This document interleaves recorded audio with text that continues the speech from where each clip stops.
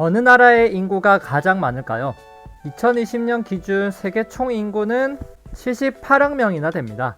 이 78억 명 중 중국이 14억 명이나 되면서 가장 인구가 많고, 그 다음으로 그 옆에 있는 인도가 13억 명으로 인구가 많죠.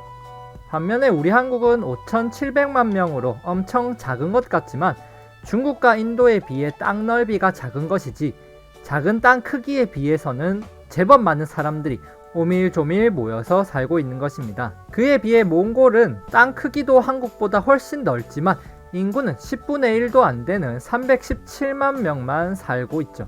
즉 몽골은 한국과 달리 땅 크기에 비해 적은 사람들이 살고 있습니다. 왜 이렇게 지역마다 인구 차이가 날까요? 적도를 기준으로 하여서 그 위쪽을 북반구, 아래쪽을 남반구라고 합니다.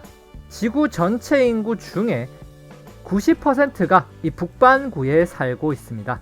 당연히 북반구에 육지가 많으니까 사람도 많은 것이죠. 그리고 이 북반구에서 중국과 인도, 우리나라를 포함한 아시아는 전체 인구의 60%를 차지할 정도로 가장 많고, 그 다음이 아프리카입니다. 그 다음 유럽, 남아메리카, 북아메리카, 그리고 가장 인구수가 적은 호주와 네덜란드를 포함한 오세아니아가 있죠. 이렇게 대륙마다 인구가 차이가 나는 이유를 알아봅시다. 이 그림은 전 세계의 인구 밀도를 나타낸 것입니다. 인구 밀도라 하는 것은 사람이 빽빽하게 모인 정도를 나타낸 것인데, 지도에서 보면 색깔이 연한 곳이 인구 밀도가 낮은 것이고, 색깔이 보라색에 가까울수록 인구 밀도가 높은 것을 나타내었습니다. 지도를 보면 이렇게 인구 밀도를 한눈에 알아볼 수가 있는데, 이런 인구 밀도가 높은 지역의 특징은 무엇이냐 하면 바로 식량이 풍부하다는 것입니다.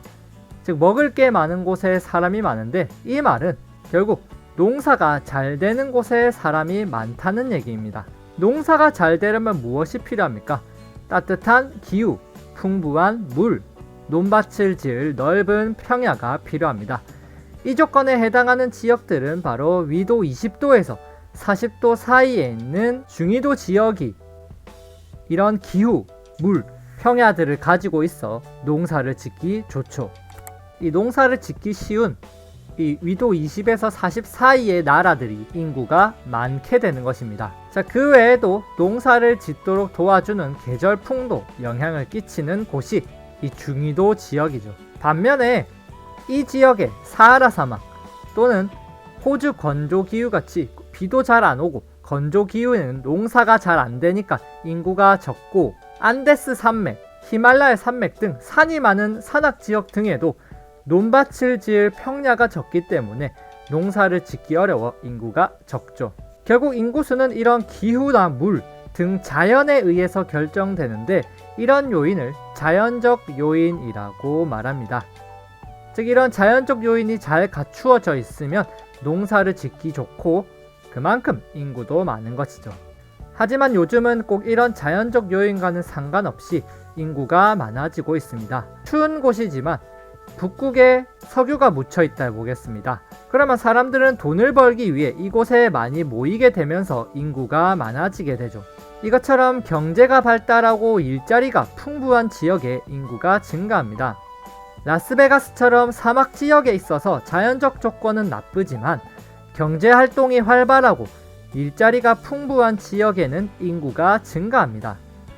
또한 교육 여건, 문화시설, 편리한 교통 등 살기 좋은 환경이 잘 갖추어진 곳도 인구가 많이 모이죠.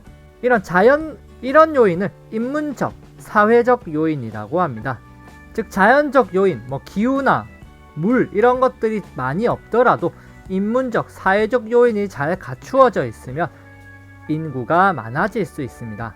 이런 인문적, 사회적 요인이 좋아 인구가 많은 곳이 서부 유럽이나 일본 태평양 연안 등이 있죠.